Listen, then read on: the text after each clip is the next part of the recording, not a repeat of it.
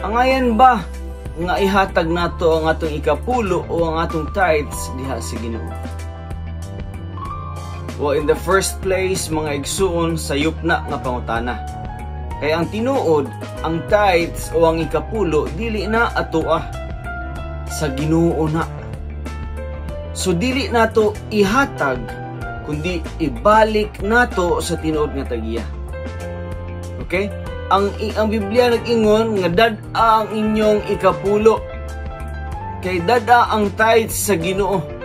Dili nato na ihatag kundi ibalik nato sa tinuod nga tagiya. Ibalik nato sa Ginoo ang iyaha. Ang ikapulo o tithes gipaagi lang na sa tuwa, pinaagi sa mga panalangin sa Ginoo, pinaagi sa iyang paghigugma kanato. Kung insakto ang atong pagunahuna, kung insakto ang atong batasan, ibalik nato na sa tinuod nga tagiya. Mauwaw ta.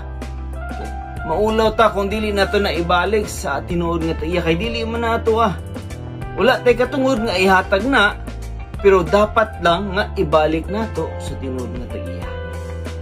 Mo na ang tithes, mga igsuon. Mo na ang ikapulo. So dili ihatag pero ibalik sa tinuod nga tagiya, mo ang Ginoo. God bless you, mga igsuon. Kita na punta sa sunod.